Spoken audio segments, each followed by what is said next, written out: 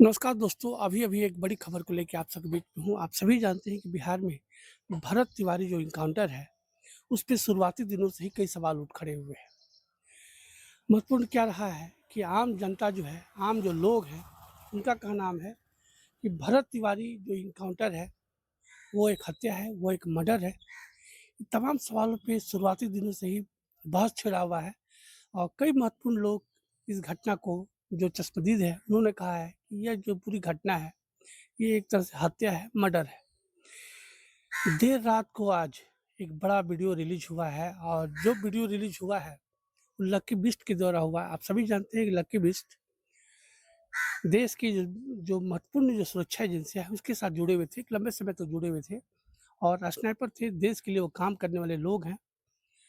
तो महत्वपूर्ण क्या रहा है कि ऐसे लोग जब सवाल उठाते हैं किसी इनकाउंटर पे, उस पे कई तरह के सवाल उठ खड़े होते हैं।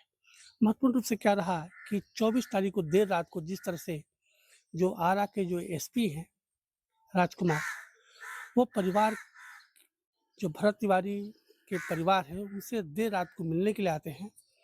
उसके बाद जिस तरह से परिवार के लोगों के अंदर में वो उनसे बात करते हैं, उसके बाद जो भरत तिवारी के सबसे जो छोटे भाई हैं, उनको साइड में ले जाके कई तरह की बातें जो की है, उस पे कई तरह के सवाल उठ खड़े हुए हैं। तमाम प्रकरण पे लकी बिस्ट ने क्या कहा है। कल देश की हर नेशनल मीडिया में, सोशल मीडिया में एक वीडियो बहुत वायरल हो रहा था कि भोजपुर के एसपी हैं श्रीराज, वो गए थे भरत तिवारी जी के घर पर, उनके परिवार वालों से मिले और मिलने के बाद उन्होंने बोला कि बिल्कुल न्यायिक जांच होगी, हर पहलू पर जांच किया जाएगा। और देश की हर मीडिया ने इसको दिखाया, सोशल मीडिया में चल रहा था। तो बोले यार, सब लोगों ने तारीफ करी, बहुत अच्छा। लेकिन पर्दे के पीछे की कहानी बहुत अलग है।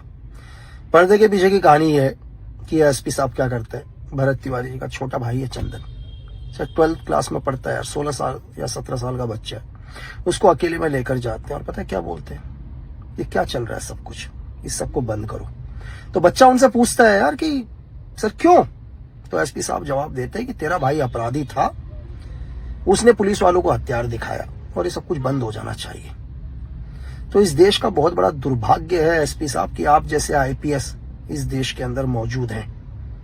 बिहार की सरकार से, मुख्यमंत्री साहब से एक निवेदन है सर कि सच में आप बिहार की जनता के साथ हैं और एक माँ को अगर न्याय मिलना चाहिए तो सबसे पहले इन एसपी साहब को वहां से हटाओ सर।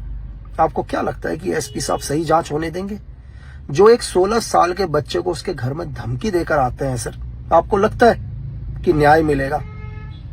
सच बोल रहा हूं सर, दुर्भाग्य हमारे देश का साहब, बहुत बड़ा दुर्भाग्य है इस देश का।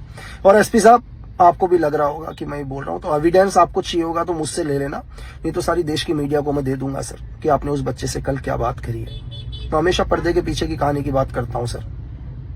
दुख होता है मुझे सर बहुत, अब होने लगा है, क्योंकि अब जाके समझ में आ रहा है कि इस देश के अंदर, मतलब हम तो हर रोज सर, जब से होश संभाला है, हमें यही लगता है कि यार दुश्मन तो एलओसी के उसी पार हैं, ये आईएसआई वाले हमारे दुश्मन है, ये सीआईए वाले हमारे दुश्मन है, यही लगता है।